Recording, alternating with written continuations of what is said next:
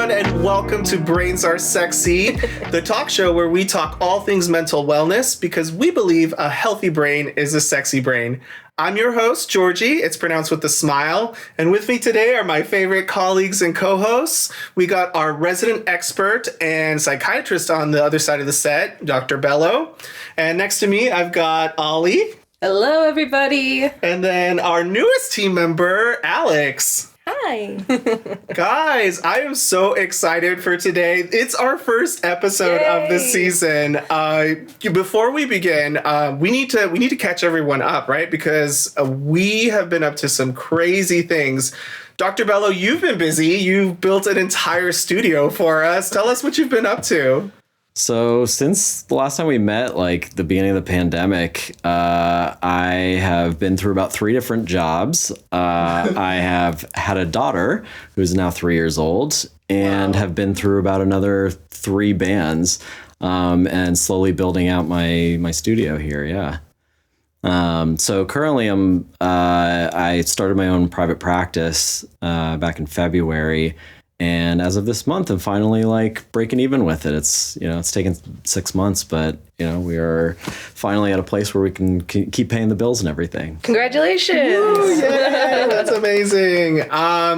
Olivia, what have you been up to? Yeah, well, I really cannot believe we are back in the saddle here now. I still have such strong memories of our time at Long Beach State in the recording studio, but now here we are in Dr. Bello's beautiful studio, sound stage, everything here.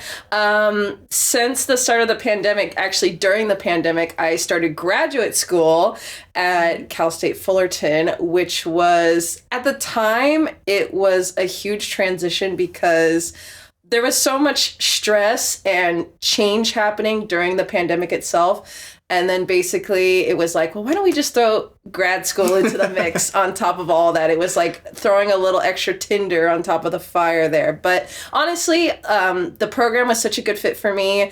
I knew within the first week of being there that was what I wanted to do. So it was basically just concentrate and put my mind into it, work hard, and graduated with my master's in social work. After that, I got a job right out of school doing clinical therapy. So that's what I've been doing for the last 3 years since then.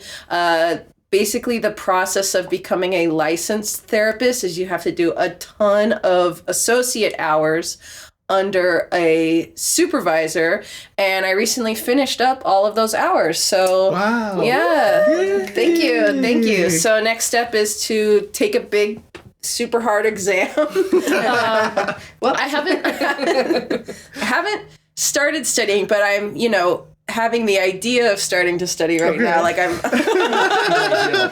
thought about starting to study. So Started to welcome it. Exactly. Right. I'm hyping myself up for it. So that's kind of where I'm at right now. But my plan is to hopefully by the end of this year, 2025, pass that exam and hopefully be licensed. So we'll see. I'm going to try to keep it on that timetable. All right. And then now back at the Brains Are Sexy headquarters. Yeah, which we've moved, and we'll get to that in a little bit. But first, I want to introduce our newest member, Alex. Alex, tell us a little bit.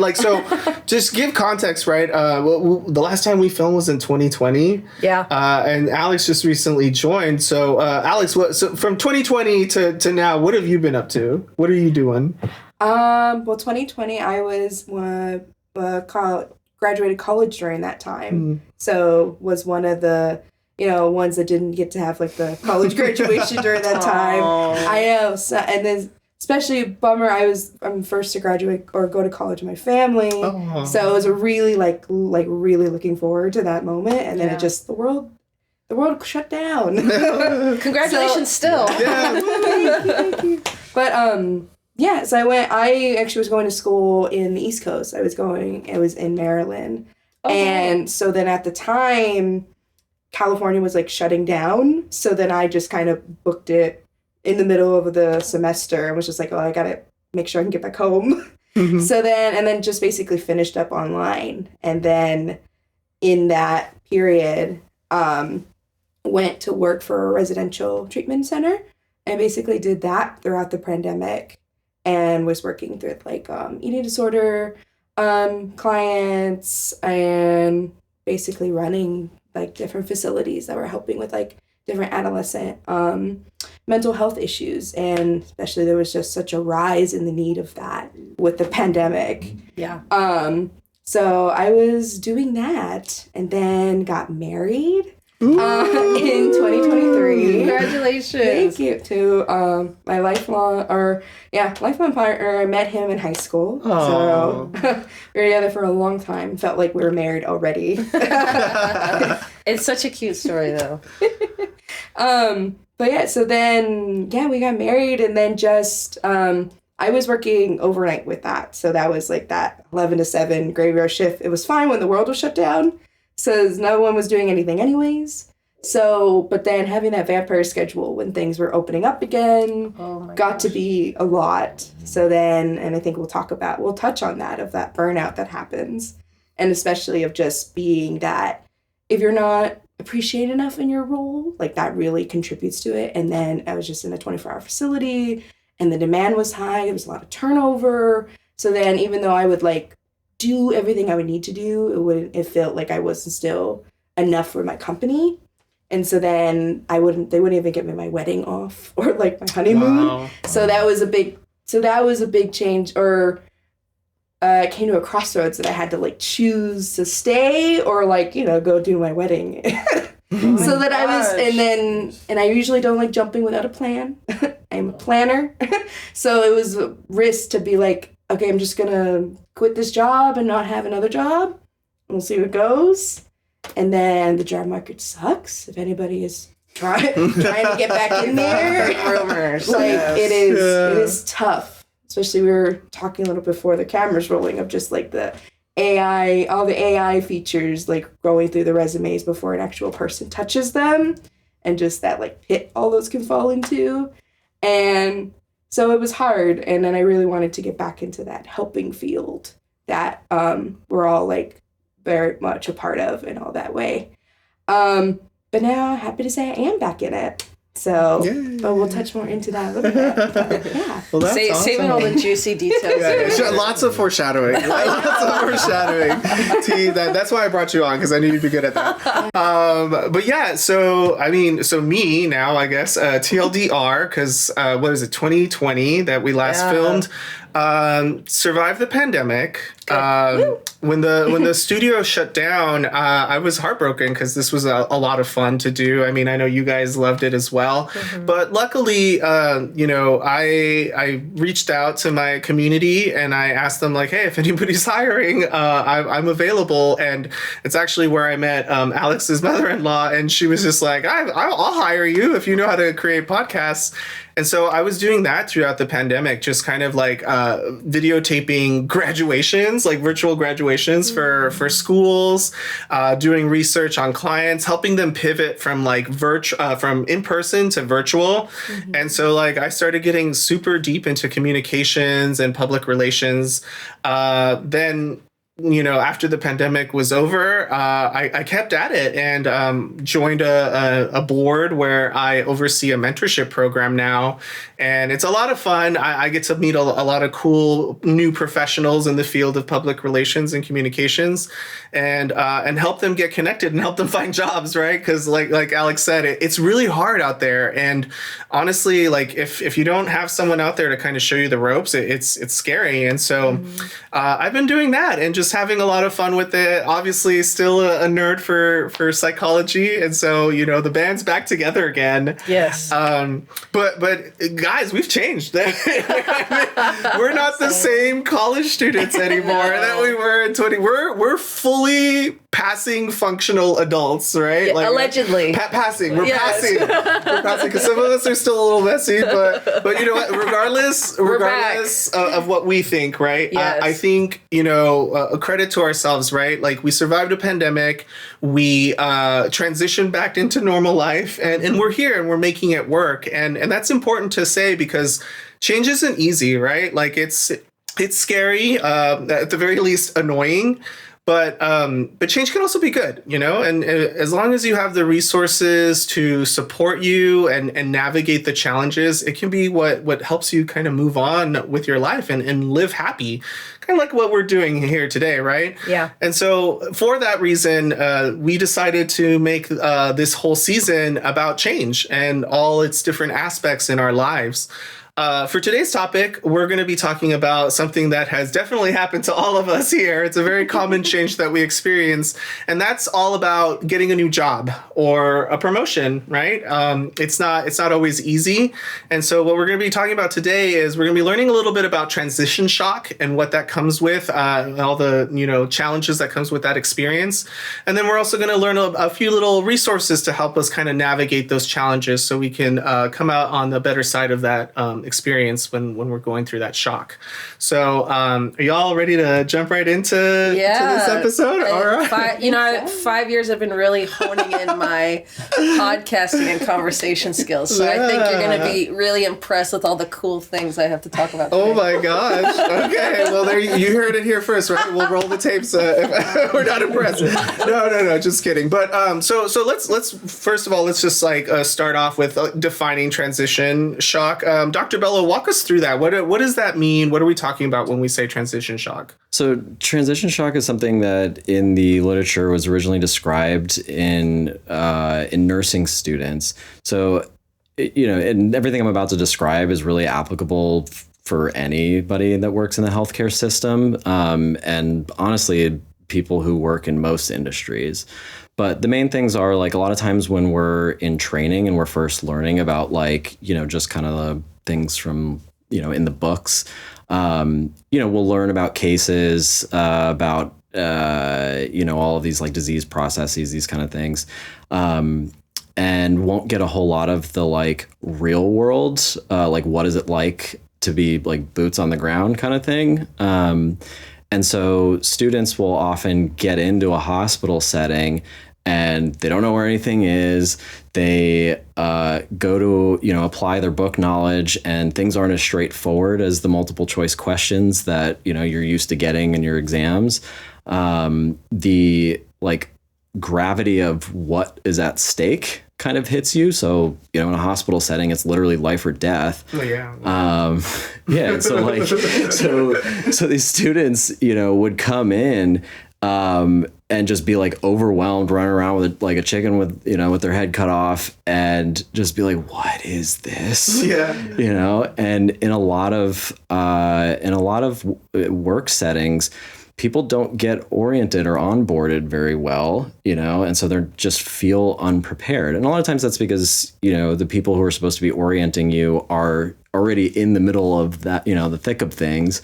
And so like, they feel like, oh, well, I don't have time for, this new person or whatever, like let them figure it out. Mm-hmm. Mm-hmm. And then you get burnt out like pretty quickly. And sometimes obviously in training facilities and stuff, sometimes that has led to bad outcomes that, have led to some like nationwide changes. For example, with medical residents, the work hours that used to be permissible, it was like over 24 hours before, and now they've cut that down because people, when they're like, exhausted and coming on the tail end of a shift, are like much more likely to make mistakes. And again, patients' lives literally are at stake with in these situations. But yeah, I mean, I definitely saw that firsthand when I was in residency. I'm curious, Olivia, you're, in a health related field, like what's been your experience coming out of training? I do kind of have an experience with this, which was during graduate school.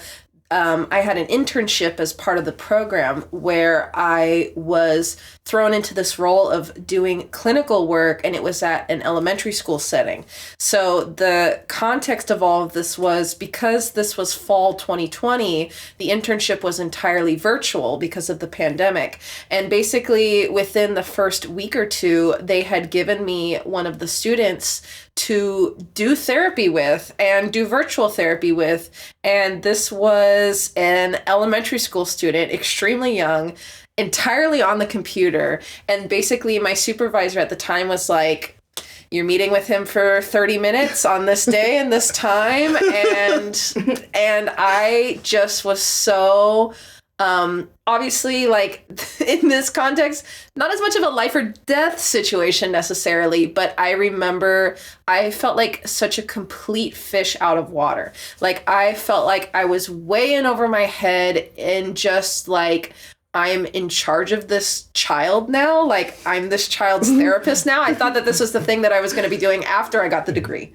Right. And I'm just doing this within the first month of getting here. So I definitely was feeling a little lost and just kind of like wondering if this was right. I'm like, I feel like I didn't have the training or the knowledge that I was supposed to have when I was supposed to be meeting with this kid. And that was definitely an overwhelming experience. I always say that first couple months of that internship, I had horrible imposter syndrome because I just felt like I don't know what I'm doing. And it turns out that I was definitely overthinking things.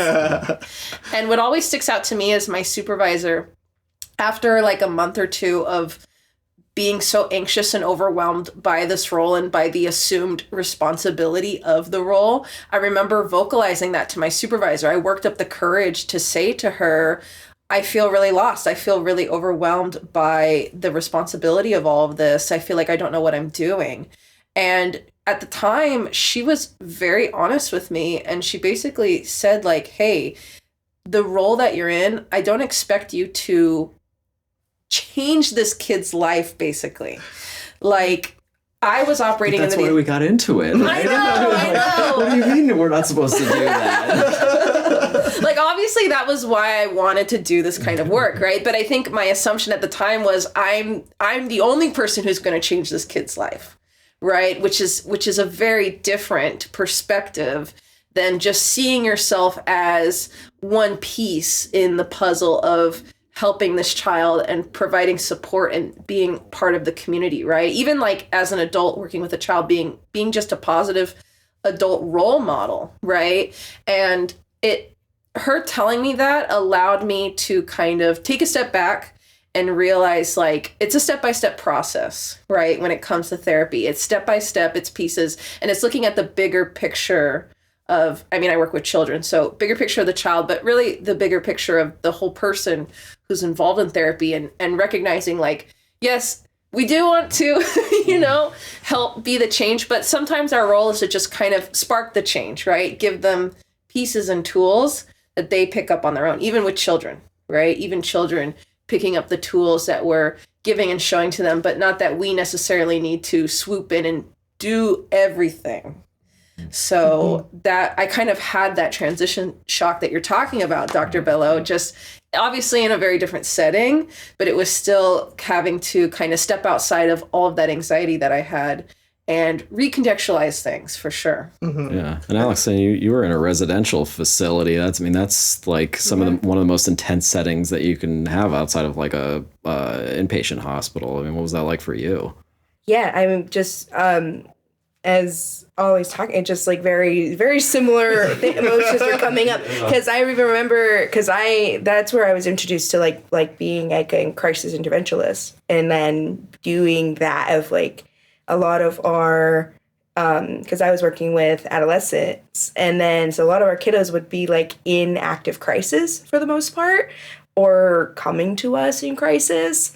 And so I remember my first day, like, hey, I'm coming in. And then my supervisor's running out the door because she's like, hey, kid just AWOL'd. So here you go. You're going to be, just watch them. Oh my okay. gosh. And then I'm like, huh? You haven't even like gotten your password and stuff for your login I haven't done any kind of orientation. This was the orientation. She's running out and going to go run after them. And then I'm just like, cool. I'll learn how to use the copier. Like I'll learn how to like do this paperwork. So there was so many moments like that where I was just I never knew what I was going to expect. And then I think that's where it came of like that little bit of that frustration when like it wouldn't, because it was always assumed that like, oh, you're overnight, so nothing happens, like, or you're just there to like, oh, they're sleeping, so then you're probably sleeping too, and nothing goes on. And I'm like, I don't know, witching hour, 3 a.m., like things go bump in the night. And then my experience, they like, when they go bad, they go bad.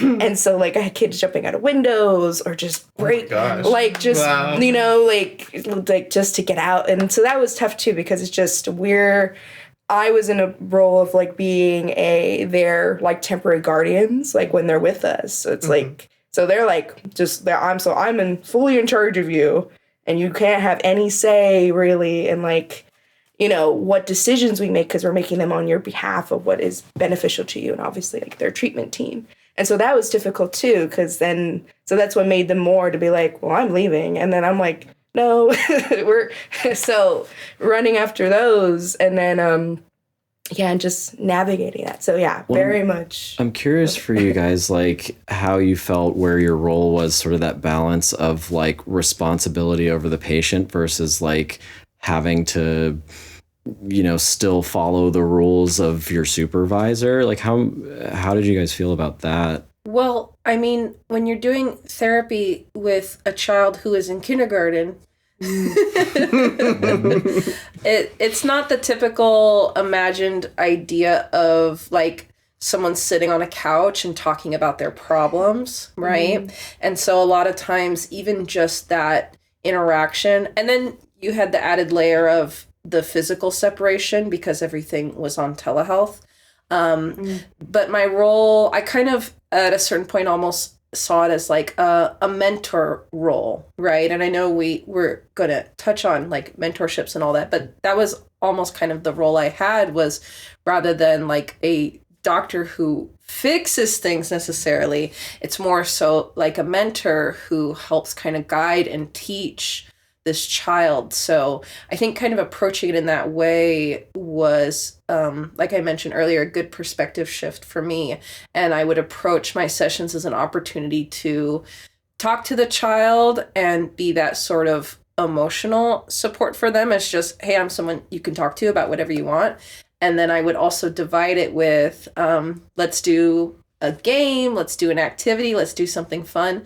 And the intention of that activity was, I'm going to try to squeeze a lesson out of this, right? Whether it's about emotions or about grief or about whatever the topic was that we were focusing on for the child. Well, I know for me, like in my residency and stuff, and even in my early career as an attending, it's often like you get stuck in this middle place of like, you know, especially early on, you're getting more accountability. Like you're saying, you know, there's some degree, you know, when you first went into it, you went into this expectation of like, I'm going to fix the kid now that I'm, you know, I'm the one in the room with them. It's not me watching a supervisor or something doing it. Yeah. So there's that of, you know, again, the responsibility, but still remembering that you're like working in a system and still have like rules and stuff that you have to follow. And again, I know like the milieu of a residential facility, you know, there's like boundaries and stuff that you still have to maintain. And there's ways that you can handle, you know, if a kid's acting out as far as like putting hands on or the, you know, medications, which, you know, ends up being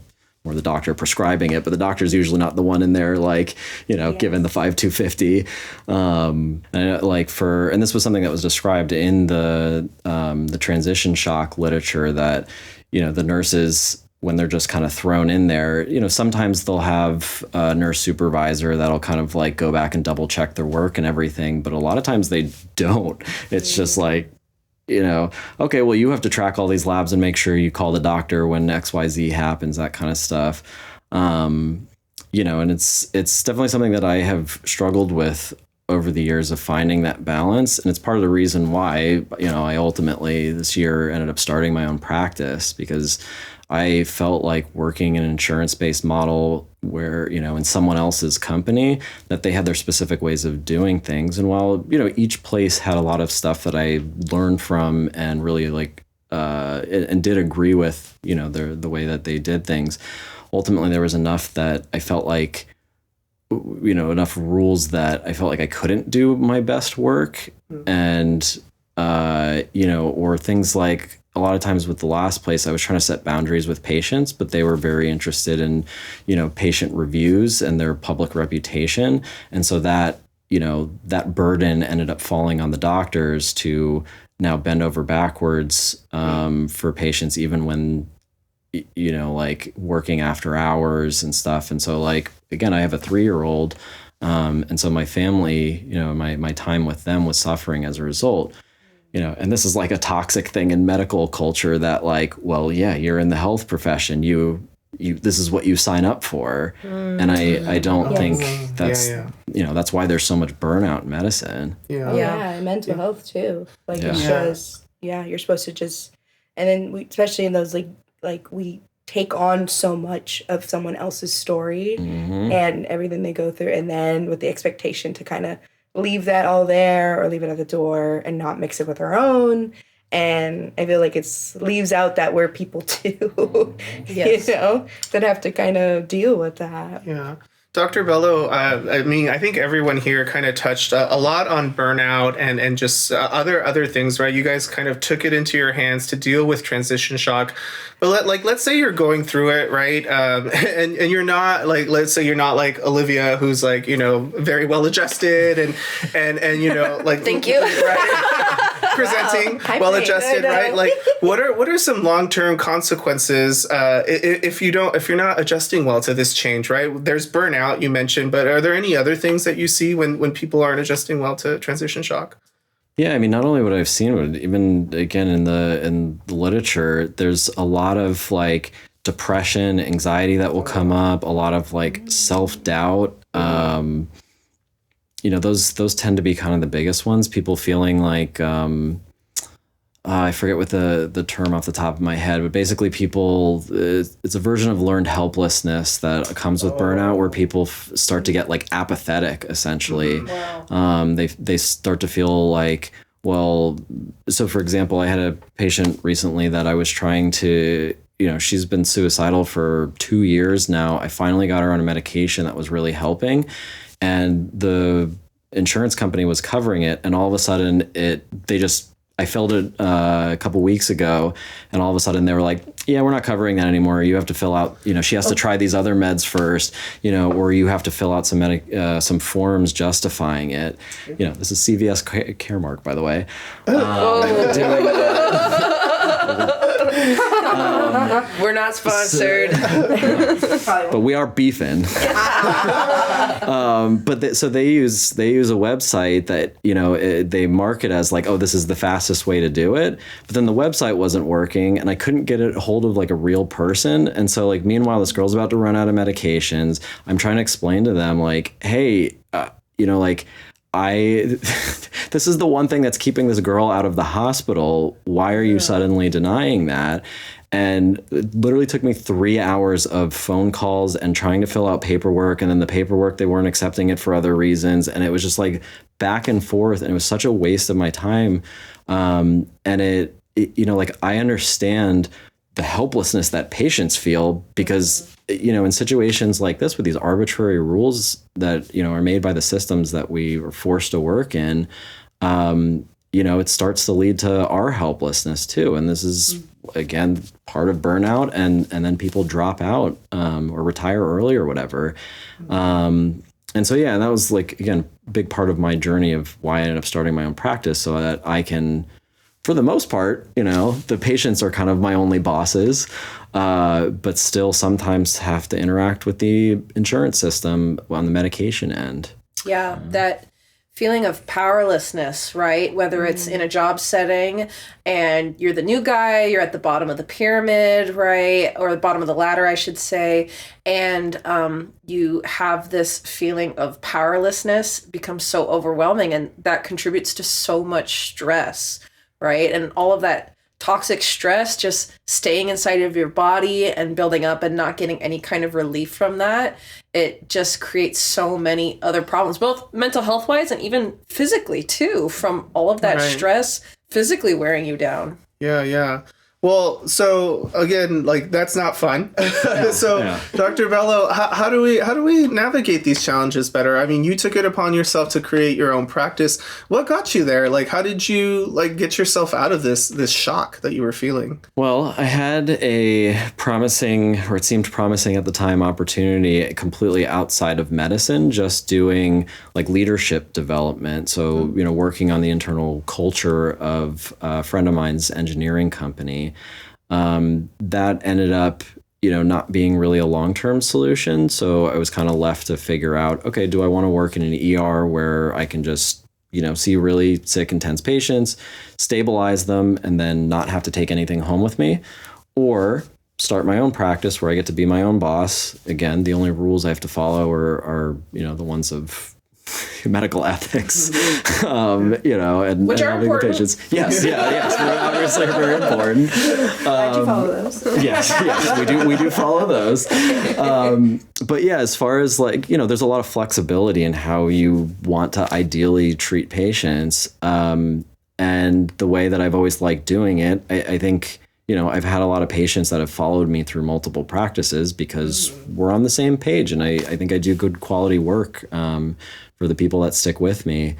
And so I ultimately, I figured out my finances and figured out how much money I had in savings, figured out, okay, I need to make this much money by this time to make sure that I'm not going bankrupt. I did all the prep work, and then I actually have a friend of mine who has been in private practice since she finished training, and so I reached out to her, and she kind of walked me through the process, kind of told me all the things that I wouldn't have thought to, I didn't realize. I think, it's the you don't know what you don't know kind of thing. So she really helped me with that. And so this is like, again, both my personal experience as well as what's shown in the literature is that one of the biggest things that will fight this transition shock or minimize it is a good mentor. And, mentorship, is something that we see in lots of different domains. So obviously my experience with it has been predominantly in the professional setting, but there's also like, adult child mentorships or like, slightly older kids to younger kids kind of thing. So if like the Big Brothers Big Sisters program is like a well-known one, but sometimes it could just be like, an older cousin or an aunt or uncle or so, somebody in the neighborhood that can just kind of help with that. Then there's educational mentors, so like professors and stuff. Yeah. Even like sports coaches too. Yeah. Exactly. Oh, that's really cool. Alex, do you have any mentors in your life that have ever kind of steered you in the right direction? Yeah, I would say a lot of my like college professors and like deans of my dean of my department really had an impact on me, especially just because I first to go to college, the first to do that big jump, and just to be like, yeah, I'm gonna do this, and then also chose to go out of state as well. Yeah, pretty far. I went to go to Maryland just to get a full culture shock, basically, or just a full everything different. I wanted a new environment. I wanted to meet new people. I think when you go from Southern California to anywhere that snows, it's always a culture shock. Yes. Oh my God. It makes me really like miss the like seasons. I truly enjoy of having that reprieve from season to season and be like, oh, I made it through summer. Now I get to have fall and winter. But yeah, so all my professors there really were inspiring, and my dean, because I ended up doing criminology and then with concentration behavioral neuroscience. And so that was just like, I wanted that. I enjoyed that psych part, but then also looking at like different like societal systems that we have that can impact people as far as, and then impact different like subclass of people, especially with like people who commit crime and for why they do, and how it perpetuates. So all that was just super fascinating and made me like just nerd out and things. And it was just those professors, because that would keep pushing me that I would be able to do this. And then I think especially like as being like first generation and having to like kind of pay for it on my own and really pave my way. No one knew. I was learning as I go for all those steps. Yeah. And so there would definitely be moments that I'm like, I don't think I could do this. Like, I don't, like, I think I'm over my head or like, and then just those moments of like, no, you got this. Like you can achieve everything you want to achieve. Yeah. So those were really pivotal in that time. And I think just as I've grown professionally, I'll throw Georgie into the spotlight because we met like when I was basically working at like my in-laws PR firm and never thought I would be there in communications or in public relations. And I just got thrown into the digital marketing and social media field, which it's like, okay, we grew up with the internet. So it's just like, yeah, so it's like inherent to learn. But then it's like I had to learn all the like marketing backbones and how you like advertise and like getting out brand awareness and all those things that I'm like, this is nowhere near of where I thought I would ever be.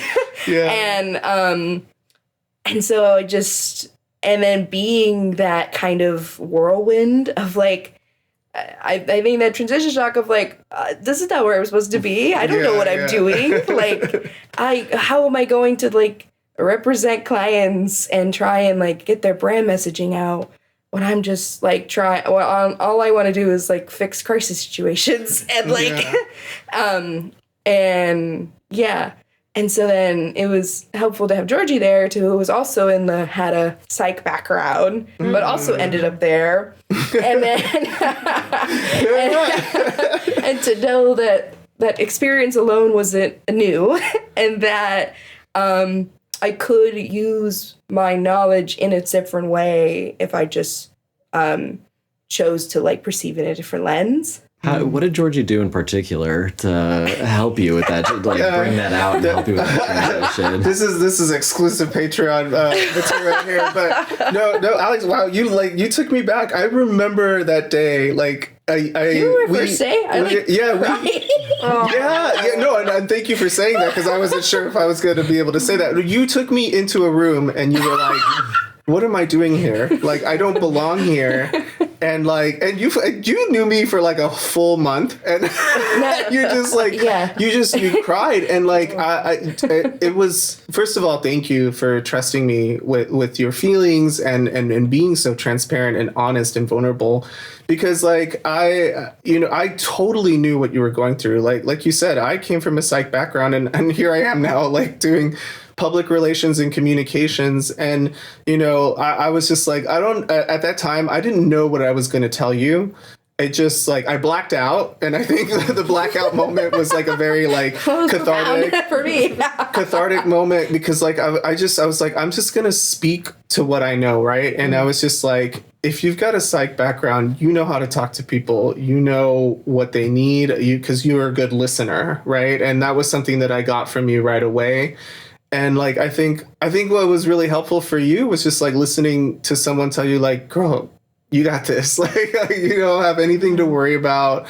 And like, what did I say? I was like, it's a stepping stone. Like, this isn't your stop. Like, you just think of this as like, one of many stops, right? Get to where you want to get to, but don't lose sight of the end goal, right? Don't lose sight of the end game. This is going to be a place where you're going to find what you love, right? And I mean, lo and behold, right? A few years later, you're doing a job that now you love, you're passionate about. And so it was just like, but yeah, no, it was crazy. Like, I remember, it's intense. Like, we went through a lot. Yeah, because I think just all those feelings of failure, right, and just that I've hit rock bottom. Like, this isn't like my plan, and I think it was definitely a second big moment of feeling, because there was a while that I wanted to be in the FBI. For a long time. Wow. And that was my whole goal. Like, all through high school, all through, like,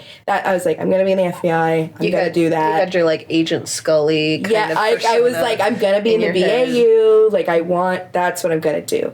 And then like made it to like go and do the internship program, and I was going to do it. And then my background check didn't clear, or like the lie detector, which I'm like, can't even use it in court, so why are we still using that? But whatever. Wow. But like, so See, again, these arbitrary systems that just make things harder for no reason. That's like a whole other conversation. it's just, but then like I was devastated. I was just like, now what am I do? Like my life's over. And then so that was just, so then in that moment with Georgie, it was another one of those, like, oh, I don't know what to do. I feel like I'm just, and my life has ended in a sense, or professionally. But yeah, like in our little profound little moment of just meeting each other. And then that would lead to us actually working very closely together on like on an account of kind of dealing with difficult personalities and having to like, make their crazy a reality, but also like managing everyone together, who didn't get along. And then it just was helpful, and then showed me that I can kind of grind here, learn when I got to learn, but then in the background, keep just pursuing things that I was passionate about. I think that's a big thing that I tell patients a lot of the time is like, even when you don't think that a task that you're given is useful or related to what you actually want to do or related to what your job title is or whatever, there's probably something in there that you might be able to apply somewhere else. So like, again, this is like a very salient example right now, but the first job I ever had in high school was at a video production company. Which is like how I started with this. This is your full circle moment. This is literally my full circle moment, yes. Yeah. Everywhere that I have worked, I have always been the IT person because I grew up and was like really interested in computers and video games and and audio production and stuff. And so people always knew me as like, oh, he's the resident that, the med student that'll like, if we're having computer problems, call him. Yeah. But yeah, to come back to the mentorship thing, I think it is always nice to have somebody in again a professional setting that like is very like just flexible with you, gives you grace, like understands that you're new, and like still expects you to like learn and try hard, but like not have it right the first time. Because again, like a lot of times what they tell you in the book is not always how things are in an actual work environment. So like somebody who will just give you grace, recognize, just like Georgie, like, hey, I was there once and here were the things that I didn't know. So let me give you, the cheat codes. Of how to make your life easier. Yeah. And that's that's a big part of what mentorship is about, is kind of like filling in those gaps and just having somebody that like, and then on your end, when you do have questions like, hey, what's going on with this? And somebody that that isn't going to like judge you for asking those questions. And it sounds like, mentors are kind of like our cheerleaders, right? Like it sounded like, Alex, you had a lot of people that supported you, believed in you, right? Through your academic mentorships, right? Of course, I'm your biggest cheerleader, right? In the professional realm, I'm like, you got this, girl, like, let's go. But I think that also kind of acts as a buffer, right? Because we're kind of like our own worst enemy, right? We're our worst critics. We go through imposter syndrome. And so like having that other person who's not going through it or isn't in the weeds with us to say like, hey, snap out of it, like you got this, is really helpful. I did want to touch a little bit on you, Olivia. Like, you mentioned like, having that supervisor tell you like, setting expectations that were a little bit more manageable. Yeah. What was your experience like in the professional realm of mentorship? Yeah, I mean, I always say that first supervisor I had was such a complete superstar, and I think I will always look up to her, even thinking back to that time, because she really just helped kind of set me straight, right? Yeah.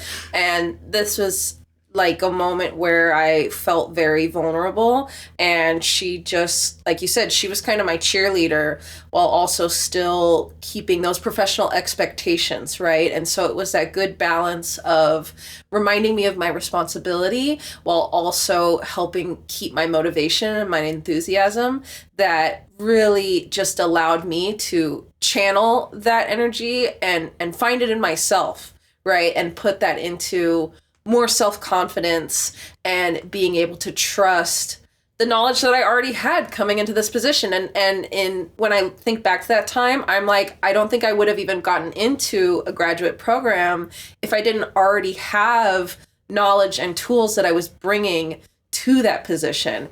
And so even though I had started off and I had this horrible imposter syndrome, it was that moment where you do reflect and you say, you know what, there's a reason that they asked me to come work from them, right? Yeah. There's a reason that I am here, and it's to bring my knowledge and my experience and my personal skills into this work. And so my mentor, my supervisor at that time, and even my supervisors now, help channel that confidence and that motivation that is already within me, and they help bring it out of me, and they help me tap into that too. Yeah. I love that. I think, mentorship, like Dr. Bellows said, is a really, really key aspect and component to helping us navigate this challenge. Before we end this conversation, I kind of wanted to get everybody's input. If there was one key takeaway from today's conversation that you would want the listeners to walk away with, what would that be? And I want to start with you, Dr. Bellows, since you kind of started us with the topic. The main ones are know that in a lot of professional settings, that things might be chaotic. And so I encourage people to very quickly seek out or identify somebody around them that seems like they're interested in mentorship or like really cares about trying to orient, new people as they're coming in. And if you can't find that person, you might want to look for another job. Like, honestly, because these things are like, every workplace has a culture. And if that is the overall culture, you are probably not going to be happy in that place. And the longer you're there, you're probably going to see everybody else is miserable and burnt out, right? So, and I know, we started off talking about the job market at the moment. So obviously I would encourage people not to jump ship until they have something else lined up. But yeah, I have that experience. I was at a place, and within a month I knew this was not the place for me, and I started looking for somewhere else. And then as soon as I had that other job secured, I was like, peace out, Good to keep that reality. Yeah. And when you are first there, do not expect that you are going to be everybody's savior and hero. Again, not just in healthcare settings, but, learning to set boundaries with your colleagues is important, because when you are the new person, people will try to dump stuff on you. And the other thing is, when you later in your career, when you are in a position, like you have some experience and you're confident in your role, pay that forward. Yeah. Right. This has been for a couple of years, I was hosting med students at my practice, and I really took it seriously as far as like showing them the ropes and giving them, the real details that they weren't going to get in class, because again, this was something that like I had a little bit of, but not enough during med school. And this is one of the big reasons, I keep Georgie around, or Georgie, is because I know that he does this with people, and not, Alex is one example of it that we have here, but he does this with everybody. Well, thank you, Dr. Bello. Alex, what about you? What's one key takeaway that you would like to share? That it's being okay if your path is not linear. Like, it's like, we're not just gonna, like, if you chug straight through and everything works out, I envy you. But yes, great. Also made me like hate you a little bit. But I think just be comfortable that like if you just, things might not go as planned, and that you just, find those support systems of like when, they don't go, and that this is just one moment into like, leading you into what you really want to do. And then you could even find like reignite some passion if you do kind of venture out and then go back in, you know? I feel like that has helped me, like, of just, you know, accepting that it's just, I'm going to be doing this for a while, but I want to be like, maybe I'm learning on the side for things that interest me. Mm-hmm. So, like, while I didn't have a job, I became a domestic violence advocate and did those classes. So it's just, so those little things can make you fulfilled, even if, like, you're not in their, like, dream position. Yeah, I like that. What about you, Olivia? The side quests that you do can become. I love that. Yes, it can become your full circle moment, like Dr. Bello here. Yes, absolutely. Yes. For me, I think the key takeaway here was the word that I kept hearing pop up as we were talking about a lot of our experiences with the transitions was vulnerability, right? And vulnerability is an emotion that is very uncomfortable. It's very stressful.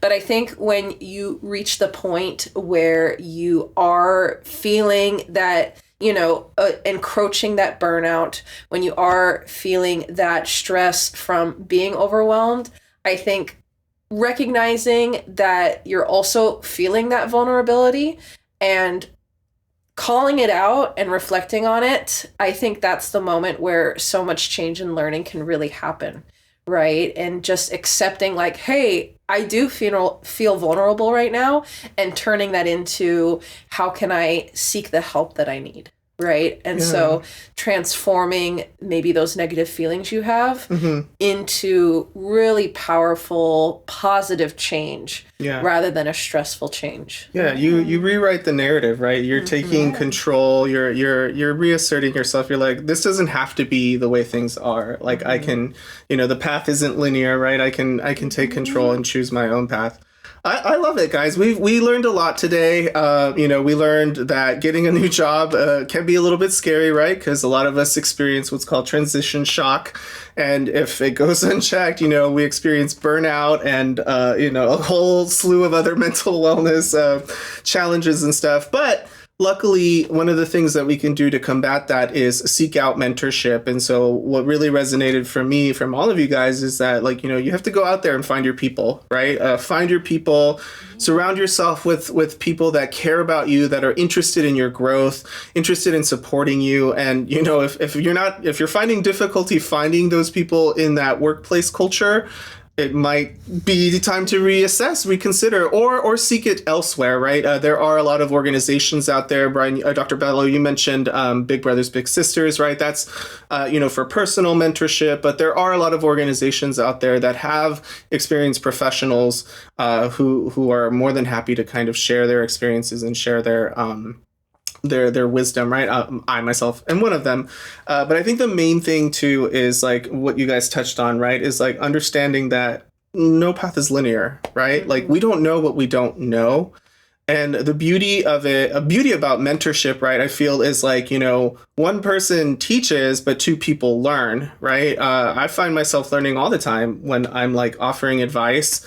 Because it reinforces what I know, right? Knowledge is power. That's a resource, right? That helped all of you, right? Know and have the courage to pursue those careers and challenges, but also just having that support too, right? That emotional vulnerability, that connection to a human being who understands what you're going through. And so I think that's some pretty powerful stuff to walk away with. Before we end the episode, we always like to end it with a very fun question. And because we have our newest member joining our team today, I'm going to pose this question to Alex. So, Alex, the question that we always ask everybody here is, what type of brain do you think is sexy, and who is your brain crush? I had the whole episode to think about that. I think my current obsession right now is Leve. I am just so in love with her, and just her, like, just how her writings and how she just, like, it fuels, like, something in my soul just hearing her sing or anything. And I think that just feel like of how I just love that artistic I have that artistic brain and want to like, and I think just getting caught up in just life and work and things and other and personal things, it's just like I haven't had time to like go into art like as much as I would like to, or like as much as like in college of where we're busy, but I had so much time to do art, like, and now like I work and you would think I would have time and I don't. So Yes. And I think just like, and then so just I get to just listen to her and just almost just be transported through just her like composition and just melodies and everything. So yeah, so she's my current obsession right now. I love that. That is really fun. Yes, I do love an artistic brain. Well, guys, thank you so much for being here today and sharing your experiences and knowledge. That's going to do it for today's episode. Be sure to like, comment, and subscribe for more videos. And if you're interested in supporting our little team here, check out the link below to show your support. But that's all for today. So we'll see you next time.